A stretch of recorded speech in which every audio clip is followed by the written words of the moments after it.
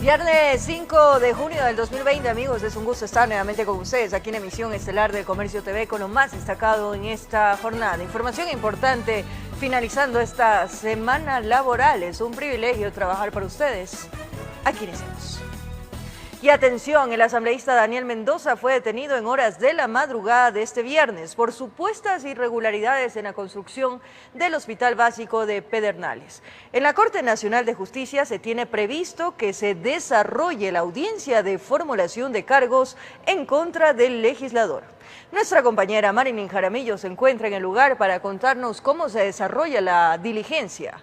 Marilyn, buenas noches, te escuchamos con atención. Adelante. ¿Qué tal, María Fernanda? Amigos televidentes, muy buenas noches. Nos encontramos en los exteriores de la Corte Nacional de Justicia porque a eso de las 5 de la tarde con 52 minutos llegó el legislador Daniel Mendoza a bordo de un vehículo negro y fuertemente acompañado de resguardo policial. Además, a cargo de esta diligencia, se tiene previsto que para esta audiencia de formulación de cargos que involucra a Mendoza y a otras 6 personas más, esté a cargo el juez Marco Rodríguez, principalmente, que fue la persona que emitió las boletas de allanamiento y las boletas de captura. Pero ¿cómo se ha desarrollado toda esta diligencia a lo largo del día? Nuestro compañero Héctor Romero les ha preparado un informe. Fue la madrugada de este viernes que la Fuerza de Tarea Multidisciplinaria de la Fiscalía General del Estado, en coordinación con la Policía Nacional, desarrolló varios allanamientos en la provincia de Manabí. Se produjo 10 allanamientos, en la cual hubieron 5 detenidos, que al momento están siendo trasladados hasta la ciudad de Quito. Miembros de grupos de élite de la Policía Nacional se desplazaron por diferentes sectores, ingresando a inmuebles con un solo objetivo. Incluyeron varias oficinas públicas justamente para recuperar varios indicios, ¿no?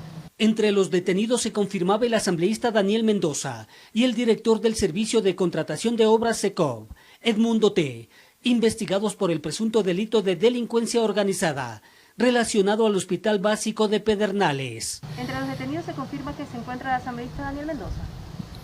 Él es uno de los detenidos, igualmente está siendo llevado a la ciudad de Quito para la audiencia respectiva. Pasadas las 10 de la mañana, Mendoza llegó a la unidad de flagrancia en la ciudad de Quito, custodiado por miembros del Grupo de Intervención y Rescate GIR. Y de todas formas él deslinda responsabilidad en estos supuestos. Es que no conocemos los hechos por los cuales está aquí ahora el señor Daniel Mendoza. ¿Qué dice de tráfico de influencias? Los desconocemos porque no nos han dado a conocer. Aún yo no he tenido acceso al expediente. Una vez que se le efectuó el examen médico respectivo, de la unidad de flagrancia fue trasladado a la Fiscalía General del Estado para rendir su versión. Moreira desmintió las circunstancias en las cuales fue detenido Mendoza. Lo que sí es importante resaltar es que mi cliente se acercó, posterior a un allanamiento de su domicilio en la ciudad de Bahía, se acercó a una unidad policial más cercana a indicar que estaba presto a colaborar con cualquier investigación. No ha sido detenido en ningún allanamiento, él mismo se ha acercado. Mendoza, al tener fuero de corte por su cargo de asambleísta, está a la espera del pronunciamiento de la Corte Nacional de Justicia en la audiencia de formulación de cargos, informó Héctor Romero. Cuando son las 7 de la noche con 5 minutos, nosotros seguimos en los exteriores de la Corte Nacional de Justicia y como ustedes pueden ver, se encuentran varios vehículos estatales, así mismo como de la seguridad de la fiscal general Diana Salazar. Los involucrados, pues se los acusa del supuesto delito de delincuencia organizada, pero además cabe mencionar que durante estos allanamientos realizados por parte de las autoridades pertinentes, fue detenida además una mujer de 83 años, esto en Manabí, que es la única persona que participará en esta audiencia mediante videoconferencia. Este es el informe hasta esta hora desde los exteriores de la Corte Nacional de Justicia. Si es que la información la amerita, regresaremos en los próximos minutos. Buenas noches en Estudios Centrales. Gracias por ese informe. La construcción del Hospital de Pedernales envuelve a funcionarios públicos en una trama de corrupción. Hasta el momento se ha pagado más de 8 millones de dólares por su construcción, que solo está en tierra y piedras. Se registran irregularidades con los contratistas desde el 2019. Hasta el momento son 2 contratos firmados por el mismo hospital, pero ninguna obra en firme. Y es que todo empezó a inicios del 2019, cuando el Servicio de Contratación de Obras inició el proceso de licitación para la construcción del Hospital de Pedernales en Manabí. El proceso, que fue adjudicado a la empresa mexicana Tipman S.A. por $15.78 millones y cuyo contrato fue terminado porque dicha empresa había entregado garantías falsas para su construcción, garantías que no habrían sido verificadas por el Servicio de Contratación de Obras y que la Contraloría emitió indicios de responsabilidad penal el pasado 19 de mayo, asegurando que se puso en riesgo el presupuesto de la obra. Finalmente, dicho contrato fue dado por finalizado. Fue entonces cuando empezó una nueva licitación a finales del 2019, pero esta vez al consorcio Pedernales Manabí, cuyo contrato se firmó en enero del 2020 y donde consta, según este documento del Ministerio de Finanzas, que se pagó $8.214.000 como anticipo del 50% de la obra. Sin embargo, desde la Contraloría se emitió un nuevo informe de responsabilidad penal asegurando que el consorcio Pedernales Manabí no justificó los movimientos bancarios de estos recursos, de los cuales apenas quedan $893.000 en su cuenta bancaria, aunque no se registran avances en las obras. Y sí, este es el estado actual del hospital de Pedernales. Únicamente se han removido tierra y piedras. Por este caso, el pasado 14 de mayo, la Fiscalía realizó el operativo Fortuner, en el cual se detuvo a 9 personas, incluidas el asesor del asambleísta Daniel Mendoza, Giancarlos B., al que se le encontraron en su domicilio $574.210 en efectivo. Asimismo, siguiendo la investigación, este viernes se detuvo al legislador Mendoza y al director del SECOV, Edmundo T. La Fiscalía General del Estado, en su cuenta de Twitter, informó que las órdenes de allanamientos fueron por el presunto delito de delincuencia organizada, relacionados con la estructura de corrupción en la construcción, entre otros, del Hospital Básico de Pedernales. Informó Marilyn Jaramillo. En la Asamblea Nacional se lamenta que los casos de corrupción salpique a un legislador. Sin embargo, piden a la justicia actuar con diligencia e investigar a profundidad. La detención del asambleísta Daniel Mendoza representa un nuevo revés para la credibilidad de la legislatura, que a menos de un año de terminar su periodo no alcanza ni el 15% de aceptación. Es por eso que casa adentro dicen que no se puede desviar la mirada, y menos si se trata de corrupción. Aquí no se puede alcahuetear a nadie. En caso de que se demuestre y se confirme de que ha existido actos de corrupción, debería de ser sancionado con todo el peso de la ley. Aunque lamentan que ocurra esto dentro del Parlamento, piden que no se generalice y que se garantice el debido proceso. Lamentable que sea alguien que haya llegado con el favor popular a ocupar una curul en la Asamblea Nacional. Todos los ciudadanos en el Ecuador tienen que garantizarse sus derechos. Uno de los derechos es el debido proceso, el legítimo derecho a la defensa, la presunción de inocencia. Además, piden a Fiscalía que la investigación sea completa, pues hablan de que existiría un supuesto reparto. ¿A cambio de qué se entregan el manejo de hospitales? ¿Quién los propicia? ¿Qué poder oculto les protege? El pueblo ecuatoriano necesita un baño de verdad con respecto a los casos de corrupción. Es detestable, por decirlo menos, Carolina, que en medio de una pandemia, de un estado de excepción, cuando no hay los recursos necesarios, alguien esté lucrando. Mendoza, por su condición de asambleísta, goza de fuero de corte, pero en este caso, la justicia no necesitará la autorización de la Asamblea para iniciar la instrucción fiscal en su contra, pues de acuerdo a lo establecido en el artículo 128 de la Constitución, este blindaje no aplica si el caso no está relacionado con sus funciones, informó Carolina Basante. Si bien el prefecto del Guayas ya se encuentra con grillete electrónico, su esposa e hijastros habrían fugado del país. Así lo confirmó la fiscal general del Estado, Diana Salazar. La autoridad criticó el actuar de los jueces al dictar medidas alternativas a la prisión preventiva a los familiares de Carlos Luis Morales.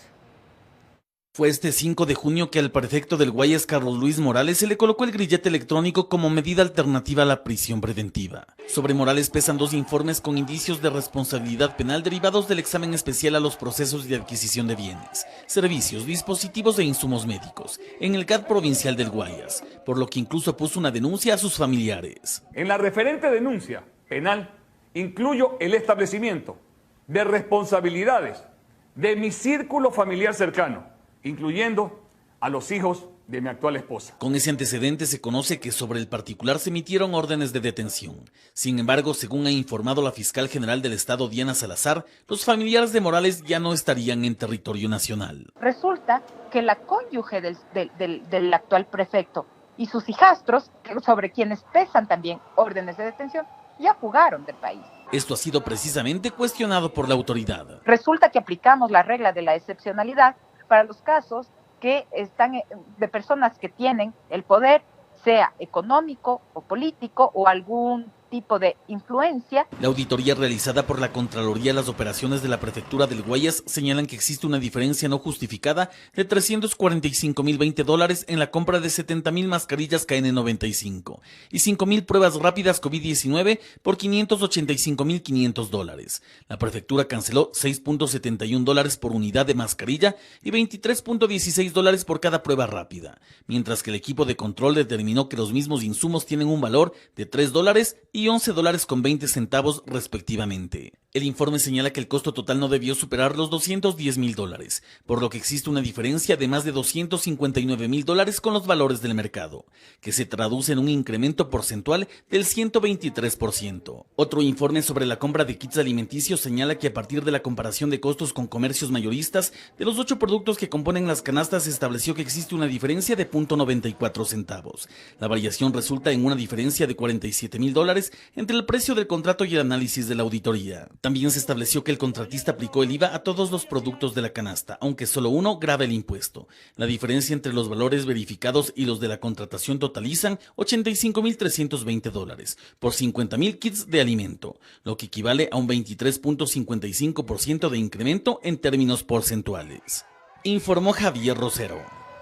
Por medio de Twitter, la alcaldesa de Guayaquil, Cintia Viteri, informó que debido a los hechos de conocimiento público relacionados con los presuntos actos de corrupción en la contratación de insumos médicos y kits alimenticios realizados por la Prefectura del Guayas, los burgomaestres de la Alianza del Partido Social Cristiano y Madera de Guerrero solicitarán al Pleno del Consejo Provincial del Guayas la destitución de su titular. Jueces y magistrados criticaron la supuesta prisión mediática desde Fiscalía. Esto también fue cuestionado por el Consejo de la Judicatura, que apela a la independencia de los poderes. Los casos de corrupción destapados de esta semana, como lo ocurrido en la Prefectura del Guayas o en la familia Bucarán, ha puesto en el centro de la opinión pública la gestión de jueces y magistrados. Los jueces están dando un mensaje a la ciudadanía, que aquellos casos de corrupción, no importa cuánto sea el perjuicio, tienen la posibilidad de que sigan realizándolo. Mientras que en aquellos casos de delitos menores, por ejemplo, cuando se roban o se sustraen un celular porque la gente no tiene para comer, ahí sí reciben medidas relacionadas con la prisión preventiva. Pero la Asociación Ecuatoriana de Magistrados y Jueces calificó a estas expresiones de la fiscal como presión mediática para intentar influir en las decisiones de los tribunales. En un comunicado difundido reza: la independencia judicial consagrada en el artículo 168.1 de nuestra Constitución, como la libertad de las decisiones, pretende ser coartada por la presión mediática a pretexto de la inconformidad de las resoluciones judiciales. Desde la Comisión Anticorrupción existe un respaldo al trabajo de Fiscalía. Pero yo quiero hacerle notar también que si es que los operadores de justicia, si es que la justicia no cierran filas para enfrentar la corrupción, la acción de la fiscal mismo se puede perder. Por su lado, el Consejo de la Judicatura apeló a la independencia de poderes. Somos estrictos en lo que a nosotros nos concierne.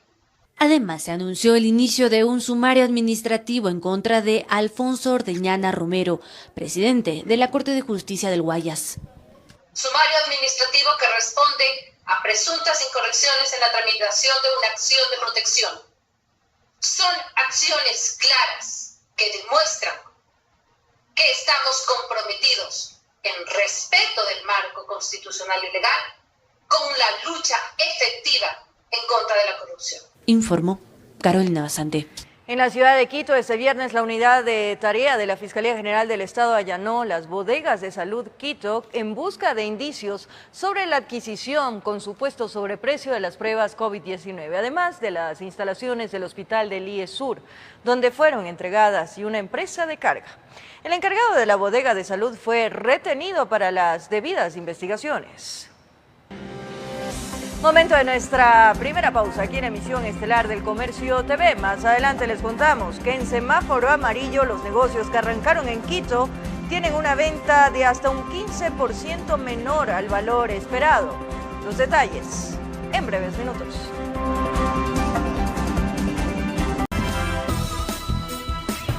rueda de prensa, el director del ECU 911 dijo que 97 cantones del país ya están en semáforo amarillo, mientras que Guayas estaría avanzando en pasos muy bien acentuados hacia una semaforización en verde. Con corte hasta este viernes 5 de junio, el director del ECU 911, Juan Zapata, dio a conocer que de los 221 cantones de todo el país, 99 ya cambiaron de color en torno a la emergencia sanitaria. De semáforo, 97 amarillo y 2 a verde. Significa que más de 11 millones y medio de habitantes están en este proceso. Zapata también recalcó que luego de 3 días en semáforo amarillo en la capital, la movilidad a través de 1.400 buses generó 3 millones de viajes. Y aunque todo marchó en orden, se registraron llamadas por aglomeraciones. Se tuvo orden y no existió aglomeraciones ni mayores inconvenientes. Sin embargo, el ECU 911, tenemos reportados hasta el momento 32.412 llamadas por aglomeraciones. Asimismo, dice, Guayaquil está avanzando en pasos muy bien acentuados hacia una semaforización en verde. Y la ciudadanía sobre todo colabore con la finalidad de ir avanzando hacia un verde y no a lo mejor tener el caso de que llegar a nuevamente una restricción de un semáforo en rojo. La autoridad insta a los ciudadanos a no relajarse, ya que la pandemia no ha terminado y todavía nos encontramos en un proceso gradual de distanciamiento, pues Ecuador hasta el momento registra 42.106 contagios y 3.592 fallecidos por COVID-19, informó Ismenia Solórzano. La reactivación económica de la capital será lenta, según la Cámara de Comercio de Quito. Las empresas que abrieron sus puertas con el cambio del semáforo a amarillo arrancaron con ventas de hasta un 15% menor al valor esperado. En semáforo amarillo, Quito vive una etapa más flexible para reactivar su economía local. La apertura con la mitad de aforo de los establecimientos, comercios y empresas fue notable. Sin embargo, las ventas no reflejan buenos resultados. Así lo explica Patricio Alarcón, presidente de la Cámara de Comercio de la ciudad. Locales empezarán o muchos negocios empezarán vendiendo un 15% de lo que vendían antes. Así arrancarán durante las primeras semanas. Alarcón explica que uno de los factores se debe a que la gente no dispone de ahorros. Según un estudio realizado por la Cámara de Comercio, el 77% de la clase media tiene menos ingresos y está complicada económicamente por la pandemia. Que hay menos poder adquisitivo, que hay menos consumo, que hay menos trabajo, que esto va a afectar en cuanto al estancamiento de la economía. Por la emergencia sanitaria, hasta finales de mayo, la capital perdió $5.000 millones, datos de la Cámara de Comercio. Su presidente sostiene que la reactivación será lenta. Según los multilaterales, pueden estar estancándose hasta en un 8%, ¿no es cierto? Entonces, la caída va a ser fuerte en cuanto a las rentas. Va a ser un año de supervivencia, de mantener los negocios abiertos. Mientras que el sector automotriz presentó su plan de reactivación frente a la caída de ventas de un 77%.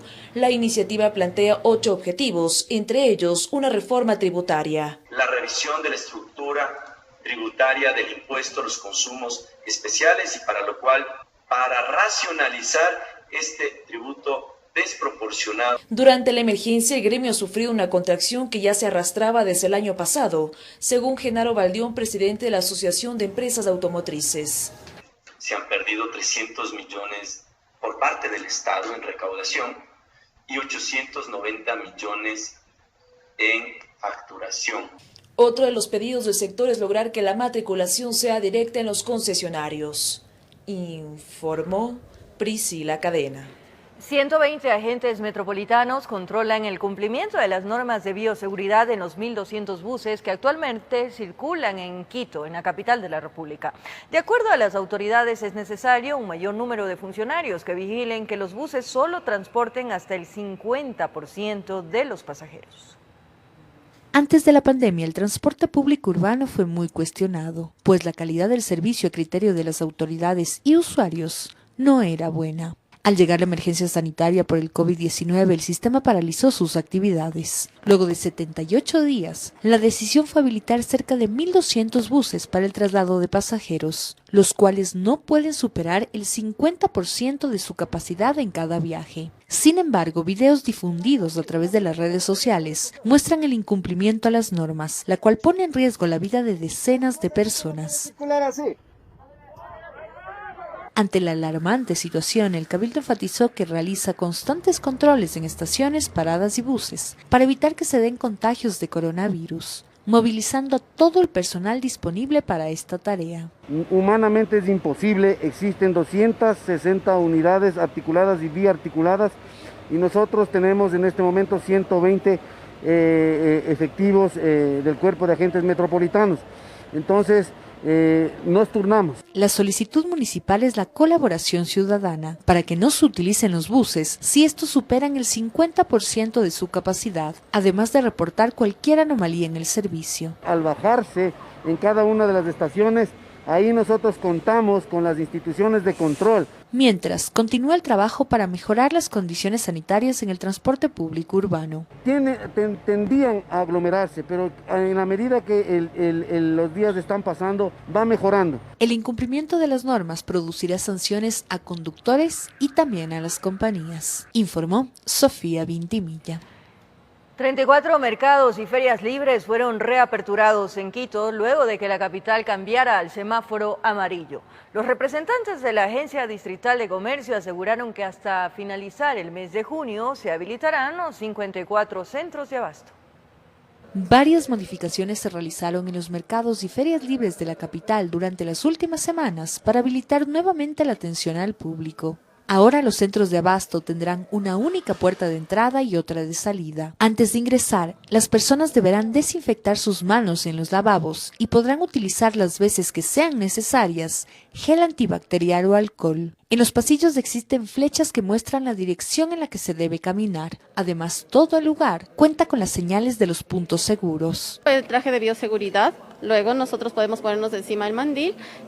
Los guantes sí nos dijeron que no podemos utilizar porque es preferible lavarnos las manos constantemente, como pasamos haciendo igualmente los alimentos. En algunos de los mercados, como el de la Floresta, se reaperturó el patio de comidas. Para su uso, se deberá respetar el límite de la capacidad de aforo. El momento de consumir van a ser solamente 2 personas por mesa. El momento de levantarse nosotros desinfectamos cada una de las mesas. Distanciamiento más o menos desde 2 metros, entonces una al un costado y la otra al otro. Mientras los puestos de verduras, legumbres, hortalizas y frutas reanudarán su atención a partir de este lunes. Nosotros entramos desde las 6 de la mañana y nos vamos ya a las 4 de la tarde. Nosotros vendemos de todo, papaya, piña, uvas, sandías, pero de todo. Alberja, frijol, vendemos de todo. Nosotros somos 50. Nos vamos hasta cuando pase esta pandemia, a ver qué nos dicen las autoridades para irnos turnando poco a poco, porque usted sabe que todos tenemos necesidades, señorita. El objetivo de la municipalidad es habilitar los 54 mercados y ferias libres hasta finalizar el mes de junio. Actualmente 34 centros de abasto están operativos en las zonas urbanas y rurales, informó Sofía Vintimilla. Distintas asociaciones turísticas, comerciales y sectores productivos de las Islas Galápagos solicitan una pronta reactivación económica, considerando que más del 80% de los ingresos al archipiélago depende del sector turístico. Las juntas ciudadanas de San Cristóbal, Santa Cruz e Isla Isabel, con los sectores productivos de Galápagos, realizaron un pronunciamiento sobre la realidad que enfrenta el archipiélago actualmente. La grave crisis socioeconómica que viene afrontando esta provincia, un dramático incremento del desempleo, quiebra de empresas de todo tipo, millones de dólares en pérdidas, escasez de alimentos, limitación de conectividad, entre otros. Señalan que la principal afectación económica radica en la dependencia de más del 80% del turismo en la región, mismo sector que desde el inicio de la emergencia sanitaria se vio afectado. Así lo ratifica Norman Ray, presidente del Consejo de Gobierno de Galápagos. Santa Cruz, la isla más poblada, luego viene Santa Cruz, luego viene Isabela y al final Floriana. Santa Cruz ha sido un eje importante de la actividad económica de manera histórica en Galápagos y es donde quizás se está sufriendo el mayor impacto en este momento de la crisis. Ray también indicó sobre el denominado Plan Retorno, que iniciará el próximo 20 de julio, para las personas que deseen regresar a las islas y por motivos de la emergencia sanitaria no pudieron hacerlo anteriormente. Entonces, desde ahí habrá que ir organizando, dependiendo cuál es la demanda, los vuelos necesarios para trasladar personas hacia las islas, tanto para la actividad turística como para cualquier tipo de actividad. Según el balance de ingreso de turistas al país, el gobernador señala que son más de 275,000 ciudadanos que ingresan al año. Que a un turista se le pide que venga a hacer 14 días de APO. O sea, es decir, ya no hay actividad. Entonces tendría que hay una persona que dice, yo quiero ir a Galápagos 7 días, pero tengo que estar 14 en aislamiento. Entonces todo esto son cosas que tienen que definirse en la dinámica de la apertura. La reapertura del sector turístico se prevé que se dé para el 1 de julio del año en curso. La principal razón serían los bajos contagios de COVID-19 en la isla. No hemos llegado a tener contagio comunitario en Galápagos. Durante ya un poquito más de 3 semanas, tampoco ha habido niveles de surgimiento de nuevos casos. Las juntas ciudadanas esperan que con estos lineamientos se dinamice la economía de distintas organizaciones afectadas que conforman las Islas Galápagos. Con realización de Catherine Aguirre, informó Mauricio Sánchez. Nueva pausa aquí en Emisión Estelar del Comercio TV. Al volver, en Quito, prisión preventiva para 2 detenidos por la muerte de una mujer de 44 años de edad tras robarle el celular. Habrían agredido a la mujer con un arma blanca por robarle el celular. El teléfono fue ubicado en el mostrador de un centro comercial. A la mujer de 44 años de edad la muerte le esperaba a la vuelta de la esquina y en una motocicleta salió a caminar sin saber que el destino estaba escrito. Según el informe policial, el copiloto saltó sobre la víctima, quien supuestamente puso resistencia al robo del celular, y en el forcejeo el delincuente la hirió mortalmente. Uno de ellos procede a robarle el celular y en el forcejeo le provoca una herida a la altura del pecho. Malherida logró caminar unas cuantas cuadras para pedir ayuda. La ambulancia llegó y la trasladó hasta una casa de salud donde lamentablemente perdió la vida, encontrando en el interior del domicilio el arma blanca. Inmediatamente varias unidades de la policía se movilizaron en busca de los agresores. Atando cabos ubicaron una vivienda en el sector de Chillo, Gijón, donde en flagrancia allanaron la casa encontrando a los 2 presuntos causantes del asesinato. José Ignacio Pérez, 39 años de edad, sin antecedentes, quien estaba conduciendo la motocicleta, y Héctor Pérez, 18 años de edad, también sin antecedentes, quien se presume sería el causante de la muerte. El celular fue encontrado en una vitrina de un centro comercial, es decir, ya lo vendieron. La motocicleta fue ubicada escondida en un taller mecánico. Los 2 amigos, al parecer, tenían experiencia en este tipo de hechos y sabían cómo moverse. Que había sido vendido a un comercio en el sector de la Marín, donde es ubicado en vitrina para su comercialización. En la audiencia de flagrancia realizada en la unidad judicial del cantón Rumiñahui, el juez aceptó la solicitud del fiscal y dispuso prisión preventiva en contra de los 2 detenidos por el presunto delito de robo con muerte. La instrucción fiscal durará 30 días. En Quito informó Iván Casamen. En las últimas horas, agentes de la Policía Judicial desarticularon 3 presuntas bandas delictivas que operaban en el Distrito Metropolitano de Quito. Los operativos dejaron una docena de detenidos. Al parecer, los 5 amigos vieron en edificios e inmuebles en construcción una oportunidad de encontrar dinero rápido y fácil. Hicieron inteligencia para identificar las construcciones donde se guardaban herramientas de alto valor económico. Según inteligencia policial, operaban especialmente en la noche, sorprendían al cuidador y en camión cargaban los fierros y todo lo que encontraban. Se llevaban los taladros, esmeriles, dobladoras, y prácticamente dejaban amaniatados a las personas que se encontraban al interior. En varios allanamientos realizados en diferentes puntos de la capital capturaron a 5 personas quienes estarían inmersas en más actividades ilícitas como robo a unidades económicas bajo la modalidad de asalto a mano armada. Como evidencia tenemos un camión, un automóvil, un revólver. La cosecha delictiva fue bondadosa en las últimas horas. Otra presunta banda delictiva fue desarticulada. Serie especialista en robo a unidades económicas y domicilios bajo la modalidad de estruche. Su centro de operaciones y residencia del sector de Chilibulo y Valle de los Chillos. 4 sospechosos fueron detenidos y recopilaron una variedad de evidencias que se habrían sustraído de las viviendas que visitaron sin ser invitados. Hay plasmas, existen teléfonos celulares, computadoras portátiles, joyas. Finalmente, 2 hombres y una mujer fueron detenidos cuando recibían dinero de una presunta extorsión al chofer de una motocicleta. Un auto le cruzó en el camino y uno de ellos llevaba una chompa de las que utilizan los agentes metropolitanos de tránsito y se inventó una infracción y para no sancionarlo pidió dinero. Agentes de la judicial actuaron y cuando entregaba los billetes le capturaron en delito flagrante. Parte del delito de extorsión, utilizar uniformes que no corresponden ya que eran personas totalmente ajenas a la institución. Tenga cuidado, en este caso era un impostor, tal vez hasta la chompa se robó. En su vida pisó las instalaciones de la Agencia Metropolitana de Tránsito, un falso funcionario que sorprendía con su audacia, en Quito, informó Iván Casamen. La Comisión Legislativa de Soberanía pidió cuentas al ministro de Defensa Osvaldo Jarrín sobre el manual de uso progresivo de la fuerza del personal militar, un documento que es cuestionado por presuntamente ser inconstitucional. De acuerdo al ministro de Defensa Osvaldo Jarrín, el acuerdo ministerial que detalla el uso progresivo de la fuerza y que fue entregado hace poco al cuerpo castrense está alineado a los tratados y acuerdos de Naciones Unidas y del Comité Internacional de la Cruz Roja. Porque no es como se considera muy elementalmente, muy simplificadamente y tendenciosamente que es un asunto de represión, Fuerzas Armadas con población. Es por eso que frente a la Mesa Legislativa de Soberanía y Relaciones Internacionales defendió el manual y explicó que existen 5 niveles en los cuales se aplicará el uso progresivo de la fuerza. Y el último de los niveles es una resistencia agresiva agravada. A partir de eso estamos hablando también de la necesidad de que haya una correspondencia al nivel de violencia.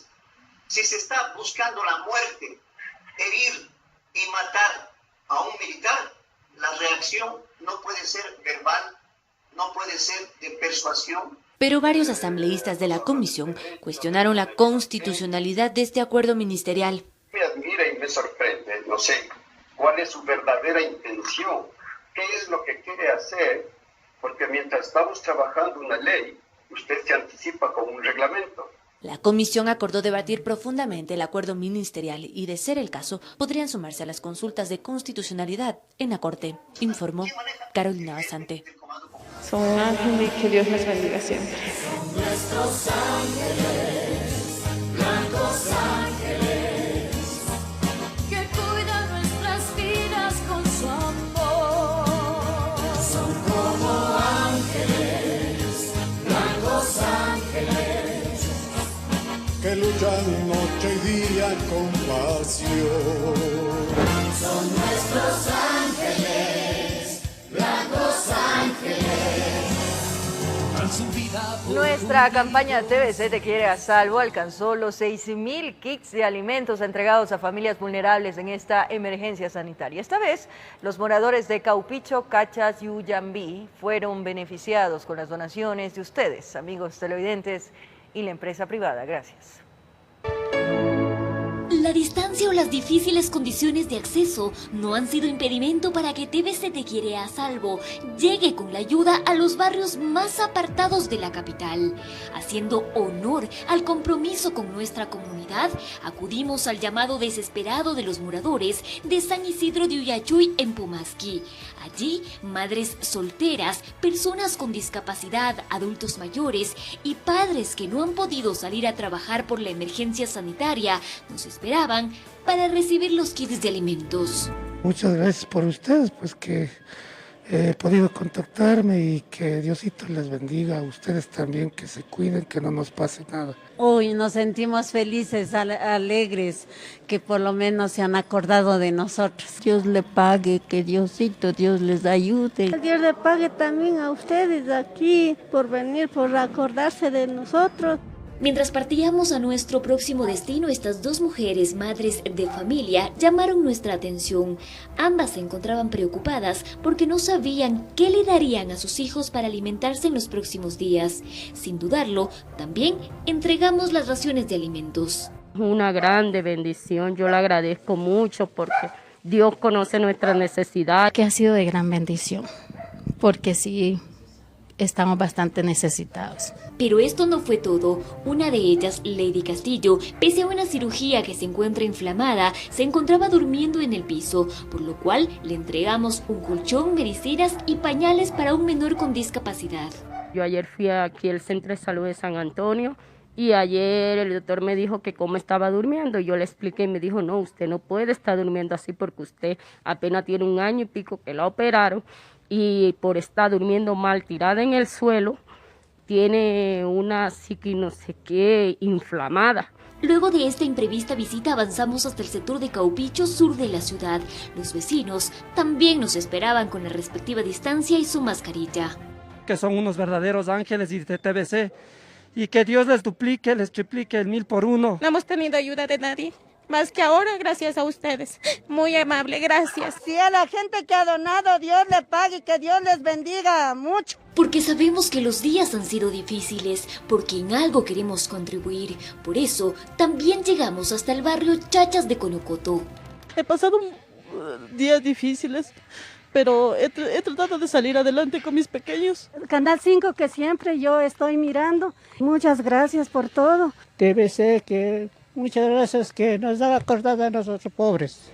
Si usted también quiere ser parte de esta campaña solidaria con la donación sobre todo de alimentos no perecibles, puede comunicarse al número 0999 71 30 78 o hacer un aporte económico a la cuenta corriente del Banco del Pichincha 3267 9682-04 a nombre de la Fundación Jonathan con el RUC 1792 00 55 74 001. Con cámaras de Omar Flores, en Quito informó Adriana Rojas. Al menos 9 toneladas de insumos médicos y medicinas fueron donados por una ONG estadounidense a Ecuador. Donación que será entregada en las provincias más afectadas por la pandemia, así como en hospitales de Quito y Guayaquil. Un importante número de insumos médicos fueron donados por parte de la ONG estadounidense Healing Hands, en coordinación con la International Direct Relief a Ecuador.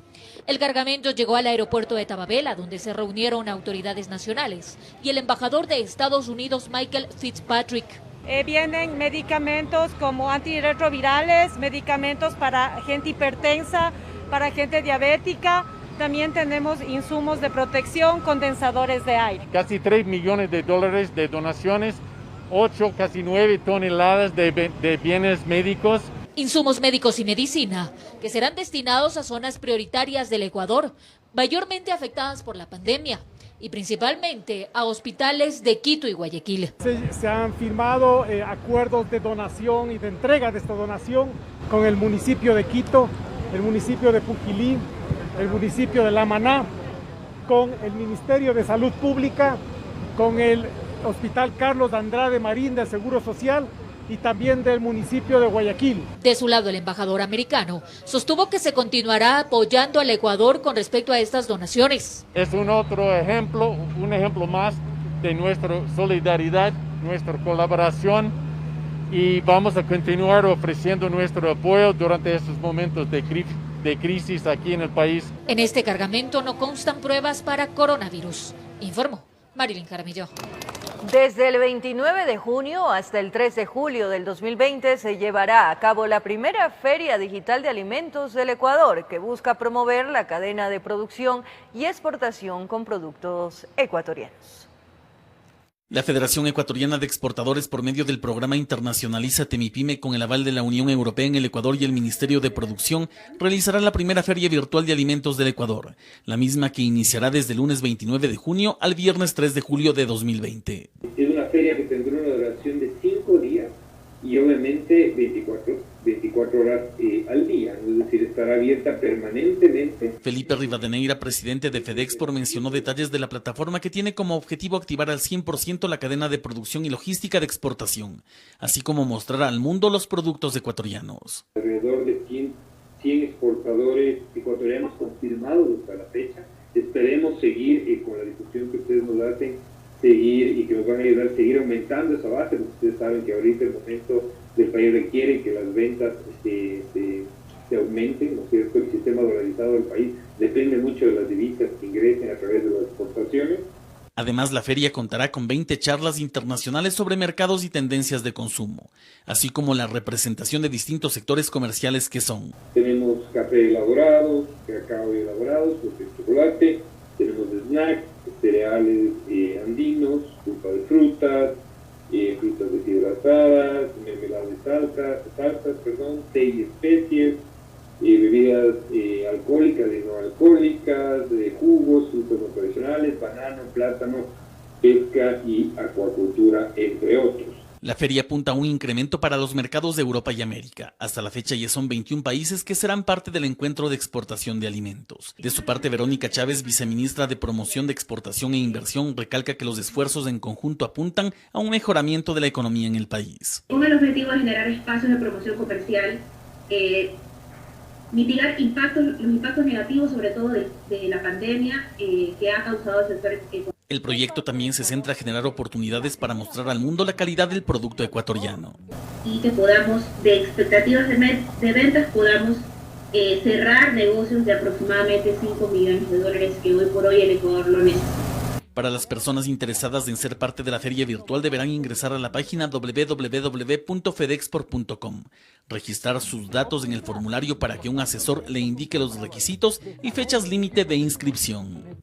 Con realización de Catherine Aguirre, informó Javier Rosero.